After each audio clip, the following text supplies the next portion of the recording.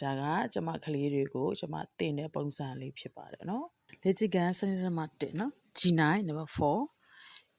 a plus 3b plus 2c plus 60 a minus 3b minus 2c plus 60 တကွင်းစီ is equal to a minus 3b plus 2c minus 60 တကွင်း a plus 3b minus 2c minus 60 တကွင်းအဲ့ဒါကိုတဲ့ဖြစ်မယ်ဆိုလို့ရှိရင် a ratio b is equal to c ratio d ဖြစ်ကြောင်းပြမယ်အရေးအမြတ်အနေနဲ့သူဘာပြောလဲဆိုအချိုးပုံစံပြောင်းပြီးတော့တွဲခွဲအချိုးသုံးပေးရမှာဖြစ်ပါတယ်နော်ဒီမှာရှိနေတဲ့ a plus 3b နဲ့ဒီမှာရှိနေတဲ့ a plus 3b ကိုသူ့ရွှေ့လိုက်မယ်နော်သူ့ကိုပိုင်းခြေမှာထားမယ်သူကကြတော့ a minus 3b နဲ့ဒီမှာ a minus 3b ဒီကွင်းကိုရွှေ့လိုက်မယ်နော်ဒီပိုင်းခြေကိုရွှေ့လိုက်မယ်ဒီလိုရွှေ့လိုက်ပြီနော်ရွှေ့လိုက်ပြီးတဲ့အချိန်မှာကျမတို့ကနံပါတ်4နဲ့နံပါတ်5မှာရှိနေတဲ့တွဲအချိုးခွဲအချိုးကိုသုံးမှာဖြစ်ပါတယ်နော်သုံးတဲ့အချိန်မှာဆိုလို့ရှိရင်ဒီနေရာမှာနော်ပိုင်းခြေကိုဝေမှာနှုတ်နော်ဒီလိုမျိုးကိုပြောင်းပြန်လှည့်ပြီးလို့ရှိရင်ပိုင်းဝေကိုခြေမှာနှုတ်ကိုသုံးမယ်ပြီးလို့ရှိရင်ပိုင်းခြေကိုဝေမှာပေါင်းဒါကိုသုံးမယ်နော်ဒီမှာရှိနေတဲ့ပိုင်းဝေကိုခြေမှာလာပြီးတော့နှုတ်မယ်ဒီပိုင်းခြေကိုဝေမှာလာပေါင်းမယ်နော်ဒီပိုင်းဝေကိုခြေမှာလာနှုတ်ပြီးလို့ရှိရင်ဒီပိုင်းခြေကိုဝေမှာလာပေါင်းမှာဖြစ်ပါတယ်နော်ပြီးရင်ဂွင်းဖွေလိုက်မယ်နော်ဂွင်းဖွေပြီးလို့ရှင်းမယ်ပေါ်မှာဖွေတာကကြတော့တိတ်ကိစ္စမရှိဘူးเนาะပိုင်းဝေမှာဖွေတာပိုင်းခြေမှာဖွေဆို a plus 3b minus 2c minus 60ဒီမှာ minus ရှိတယ်ဆိုလို့ရှိရင်အထက်မှာရှိတဲ့လက္ခဏာကိုအကုန်ပြောင်းရတယ်ဒီမှာရှိနေတဲ့ဂွင်းကိုဖွေလိုက်တော့ minus ရဲ့နောက်မှာရှိနေတဲ့ဂွင်းတွေကိုလက္ခဏာပြောင်းလိုက်ပါတယ်ဒီနေရာမှာရှင်းမယ်နော်ရှင်းလိုက်တဲ့အချိန်မှာ minus 60 plus 60 minus 2c plus 2c ကောင်းပြီနော်ပုံမှာမရှိတော့ဘူးပိုင်းခြေကိုကြည့်မယ်ပိုင်းခြေမှာဆို plus 3b minus 3b minus a plus a နောက်ဒီဘက်မှာ plus 6c minus 6c minus 2c plus 2c ဒါပိုင်းခြေမှာကြည့်မယ် minus 3b plus 3b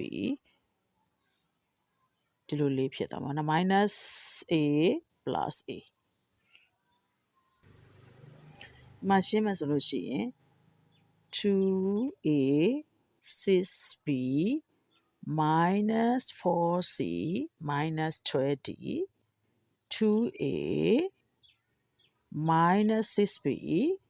minus 4c plus 20ဒီလိုခြေနေရမှာဖြစ်ပါတယ်နော်ပိုင်းခြေကို minus ပုံထုတ်မယ်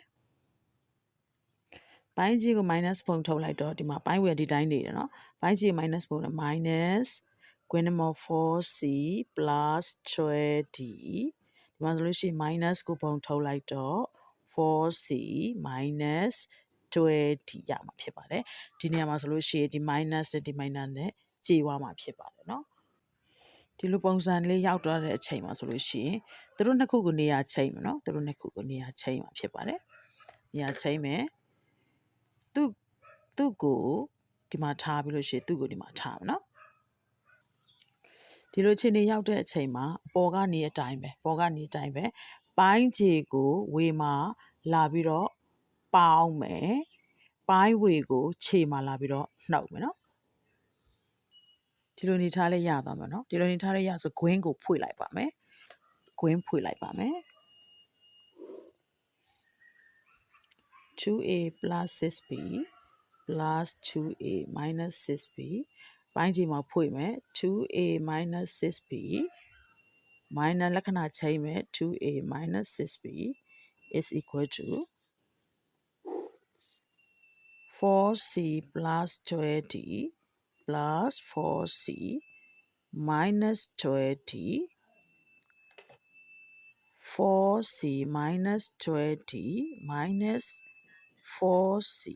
minus 20လက္ခဏာချိန်လိုက်ပြီနော်ချိန်မယ် minus 2a plus 2a minus 6b plus 6b minus 20 plus 20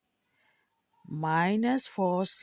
plus 4c ဒီလိုမျိုးခြေလိုက်မှာဖြစ်ပါတယ်နော်ခြေလိုက်တဲ့အချိန်မှာပိုင်းဝေမှာ 4a ပိုင်းခြေမှာဒီလိုလေး minus 12b ပိုင်းဝေမှာ 8c ပိုင်းခြေမှာ minus 24d ကျန်မှာဖြစ်ပါတယ် 4a minus 12b 8c minus 24d ဒီလိုလေးကျန်မှာဖြစ်ပါတယ်နော်လို့ရှိရင် minus နဲ့ minus နဲ့ဆိုခြေလိုက်ပါမယ်ပြီးလို့ရှိရင်4တလီ4 4 3လီ12 8တလီ8